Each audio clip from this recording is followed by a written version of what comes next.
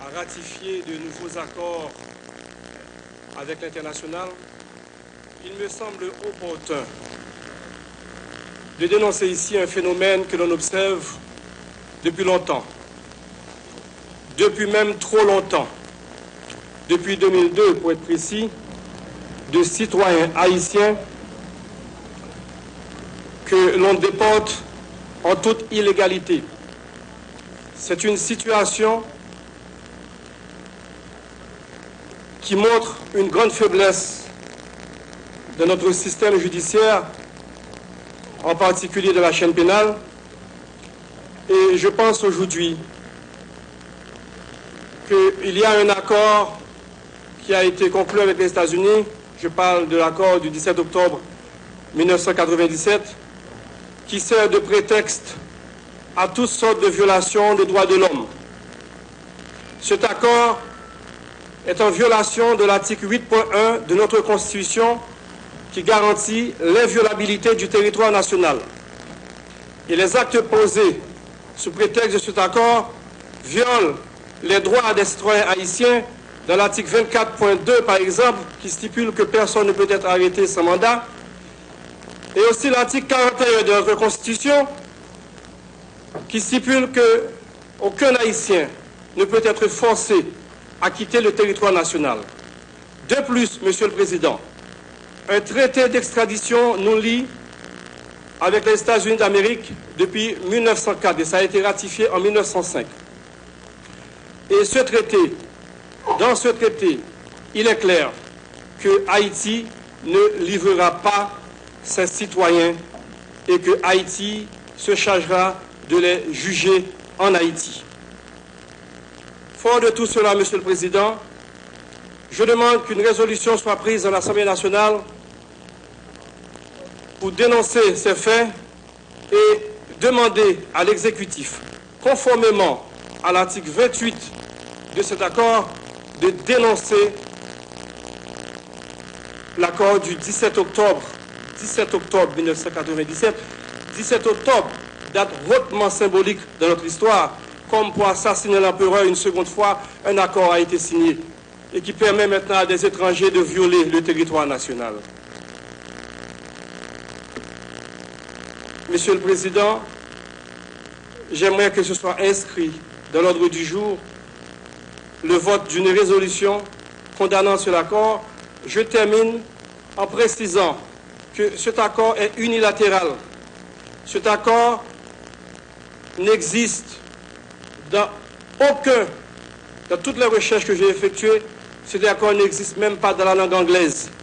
Cet accord n'existe pas et n'a jamais été soumis au Congrès américain. C'est juste un prétexte pour qu'on vienne faire ici, sur le sol national, les mêmes pratiques qu'on faisait il y a 300, il y a 500 ans sur les côtes africaines lorsqu'on nous déportait quand il n'y avait pas de droit.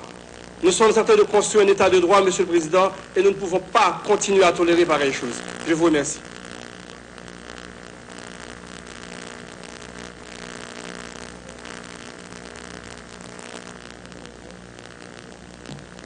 L'ordre du jour est toujours en discussion.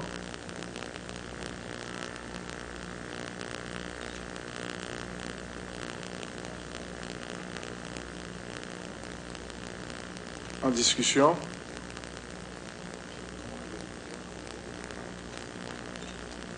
Collègue député Papillon, à votre demande, selon l'article 98.3 de la Constitution, la mission de l'Assemblée nationale est clairement définie. Mais pour votre résolution, elle peut être prise en chambre séparée et le bureau se chargera de transmettre cette résolution au pouvoir exécutif, du moins au président de la République, pour pouvoir dénoncer la Convention. Donc, à ce moment, la discussion se fera en chambre séparée et, dépendant de la Chambre des députés ou du Sénat, elle devrait être transférée au président pour pouvoir dénoncer l'accord. Donc, vous avez une autre intervention? Allez-y.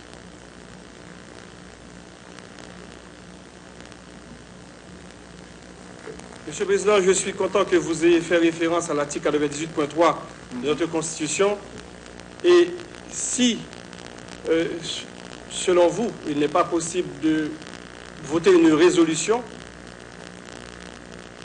ce qui va être certainement fait à la Chambre des députés, je suppose, j'espère que ça va être fait également au Sénat, puisqu'il s'agit avant tout d'un membre du Sénat, qui est la dernière victime de ces actes.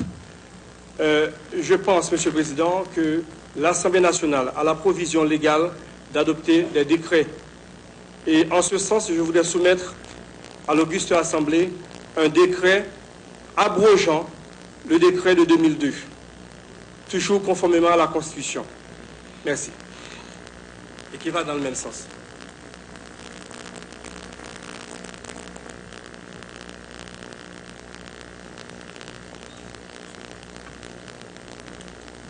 Justement, député Papillon, pour abroger le décret, il faut qu'il y ait la dénonciation. Et c'est après la dénonciation qu'on peut abroger le décret, car le décret ne confirme la validité de la Convention. Et pour la Convention, nous avons 3 étapes: la discussion, la signature et la validation. Et l'autre étape, c'est la dénonciation par le président. Nous avons pris acte de votre demande et s'il y a une résolution, soyez rassurés qu'elle sera transférée au président de la République pour la dénonciation et après la dénonciation, on pourra abroger le décret selon les procédures. Nous avons pris acte de votre demande. Merci.